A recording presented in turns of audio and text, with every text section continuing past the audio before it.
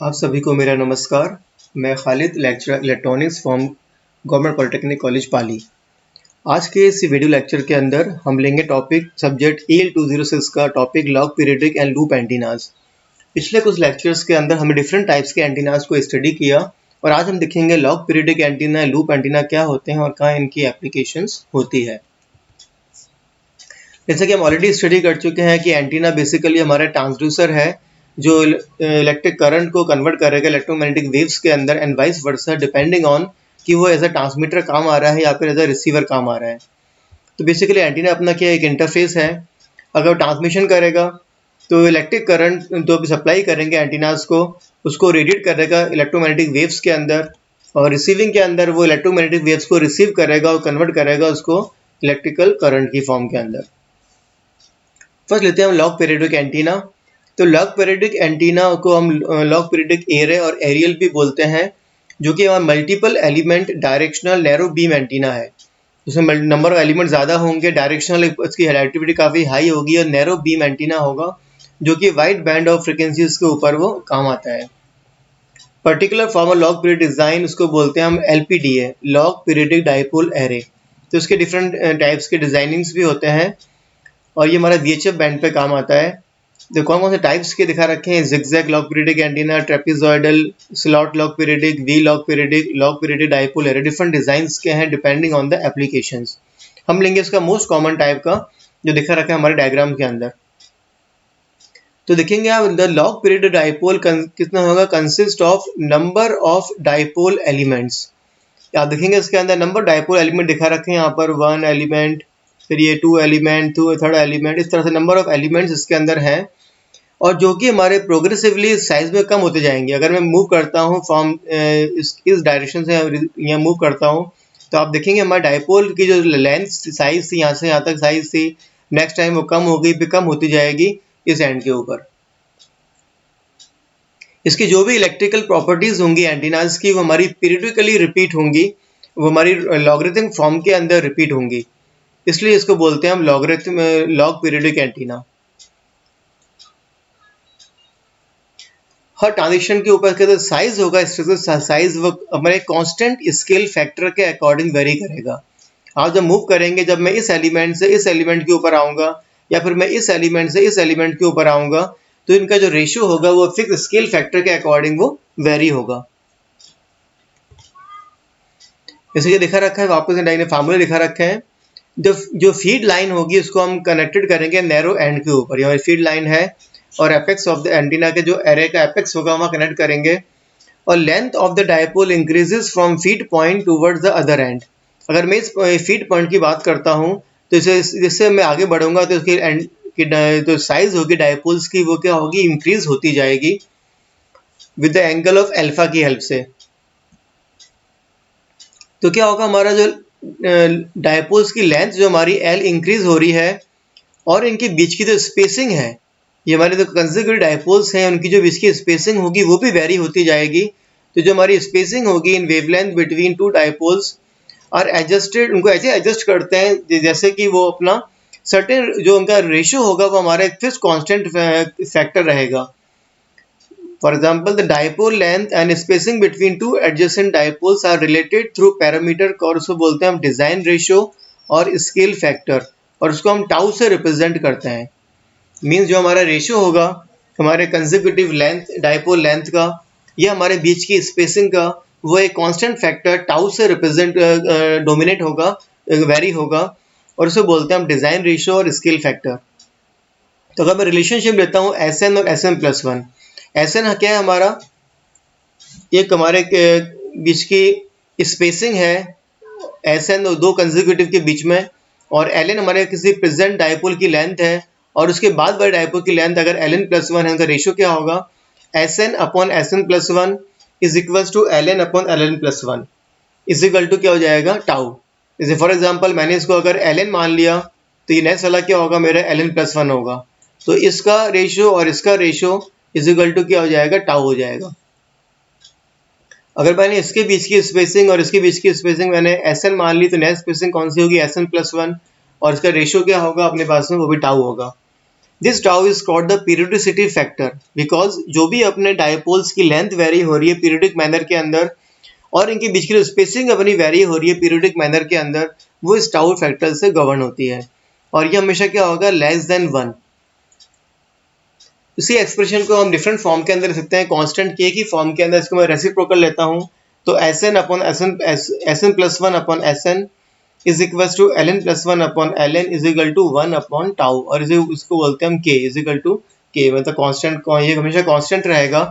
जो बीच का जो रेशियो होगा हमारा, मीन्स कहने का मतलब ये है कि जो हमारे डायपोल की लेंथ होगी कंसेक्यूटिव लेंथ और बीच की जो हमारे प्रोग्रेसिव मैनर में स्पेसिंग होगी वो हमेशा कांस्टेंट फैक्टर k से तो गवर्न होगी। रेडिएशन पैटर्न की बात करते हैं तो रेडिएशन पैटर्न और log periodic antenna can be unidirection हो सकता है और बाई डायरेक्शन, दोनों तरह का हो सकता है डिपेंडिंग ऑन कि अपन ने किस तरह का स्ट्रक्चर डिजाइन कर रखा है। अगर यूनिडायरेक्शन की बात करेंगे, जो हमारे स्मॉलर वाला एंड था उस साइड हमारा मैक्सिमम रेडिएशन होगा और जो हमारा ब्रॉडर साइड थी वो हमारा जीरो रेडिएशन होगा, तो इसको मिलेगा यूनिडायरेक्शनल पैटर्न जो फर्स्ट डायग्राम में दिखा रखा है। और बाई डायरेक्शन के अंदर जो हमारा मैक्सिमम रेडिएशन था वो हमारा ब्रॉड साइड के अंदर होगा, जो कि हमारी नॉर्मल होगी। तो एंटीना के सरफेस था, एंटीना का प्लेन था, उसके नॉर्मल डायरेक्शन के अंदर हमको मैक्सिमम रेडिएशन मिलेगा। एडवांटेजेस, डिजाइन अपना काफी इसका कॉम्पैक्ट है और गेन एंड रेडिएशन पैटर्न जो इसके हैं आर वेरीड, उनको वेरी कर सकते हैं अकॉर्डिंग टू द रिक्वायरमेंट के अकॉर्डिंग उनको हम वेरी कर सकते हैं। उनके बीच की स्पेसिंग और बीच के साइज को जो फैक्टर टाउ होगा उसको वेरी करके हम इसके अंदर गेन और रेडिएशन पैटर्न को वेरी कर सकते हैं एज पर अवर रिक्वायरमेंट। एप्लीकेशंस, ये हाई फ्रिक्वेंसी कम्युनिकेशन में काम आएगा, पर्टिकुलर शॉर्ट और टीवी रिसेप्शंस के अंदर इसको हम काम में लेते हैं और use for all round monitoring in high frequency bands, कितनी हाई फ्रिक्वेंसी बैंड में जो मॉनिटरिंग करेंगे हम उसके अंदर भी इसको हम काम में लेते हैं। नेक्स्ट आते हैं हम लूप एंटीना। लूप एंटीना हमारा बहुत एक कॉमन टाइप का एंटीना है। सिंपल एक वायर की लूप है, एक वायर लूप बना देंगे, उसके अंदर करंट फ्लो करेगा और वही हमारी जो लूप बनेगी वायर की वो कहलाएगा लूप एंटीना। जैसे कि दिखा रखा है डायग्राम के अंदर, सर्कुलर लूप भी हो सकती है और ये स्क्वायर लूप भी हो सकती है। तो क्या हो जाएगा, एक आरएफ कैरिंग कॉइल, जो हमारी कॉइल है जो RF current carry, radio frequency current carry करेगी, उसको अपन ने सिंगल टर्न लूप की फॉर्म के अंदर अपन ने उसको राउंड कर दिया तो वो कहलाएगा हमारा लूप एंटीना कहलाएगा। जो कि मैग्नेटिक फील्ड होगी वो परपेंडिकुलर होगी टू द होल लूप, जो हमारी लूप है उसके हमारे परपेंडिकुलर होगी मैग्नेटिक फील्ड। इसका जो ऑपरेशन होगा वो 300 मेगाहर्ट्ज से लेकर 3 गीगाहर्ट्ज के अपन काम में लेते हैं, मींस ये काम करेगा यूएचएफ रेंज के अंदर। इसकी मोस्ट कॉमन एप्लीकेशन होती है रेडियो डायरेक्शन फाइंडिंग के अंदर, इसको हम काम में लेते हैं बिकॉज उसका हमको पता लगेगा हमारे जो उसका ओरिएंटेशन है वेव रिसीव हो रही है उसका मालूम कर सकता है, इसलिए उसको रेडियो रिसीवर्स के अंदर हमारे डिफरेंट सिस्टम्स के अंदर रेडियो डायरेक्शन फाइंडिंग के लिए इसको हम काम में लेते हैं। तो देखा आपने एक रेडियो लूप एंटीना बेसिकली एक कॉइल है जो current radio frequency current carry करती है। इसको हम डिफरेंट शेप्स के अंदर circular, rectangular, triangular, square, hexagonal अपने डिजाइनर्स की रिक्वायरमेंट के अकॉर्डिंग, कन्वीनियंस के अकॉर्डिंग इसको हम डिजाइन कर सकते हैं, जैसा कि नीचे डायग्राम्स के अंदर दिखा रखा है। जनरली लूप एंटीना दो टाइप्स के होते हैं, large loop antennas and small loop antennas. जो हमारे लार्ज लूप एंटीना होंगे जनरली कौन से होंगे, वो रेजोनेंट एंटीनास हैं। उनका हाई रेडिएशन एफिशिएंसी उनकी ज़्यादा होगी और antenna nearly equal to the intended wavelength, उनकी साइज जो होगी वो हमारी जो वेवलेंथ हम यूज ले रहे हैं उसके बराबर होगी। For example L is equal to lambda, जो L है लेंथ एंटीना की लेंथ है और लैम्डा इसकी वेवलेंथ है। तो रेजोनेंट एंटीना के अंदर हमारा क्या होगा, जो हमारे मिसमैच टाइप के एंटीना होंगे इसमें हमारी जो स्टैंडिंग वेव्स हैं वो ज़्यादा मिलेंगी इसके अंदर। इसकी जो मेन पैरामीटर होता है वो इसकी पैरामीटर लेंथ है, जो कि हमारी जो कि वेवलेंथ के बराबर होगी। L दिखा रखा है डायग्राम के अंदर।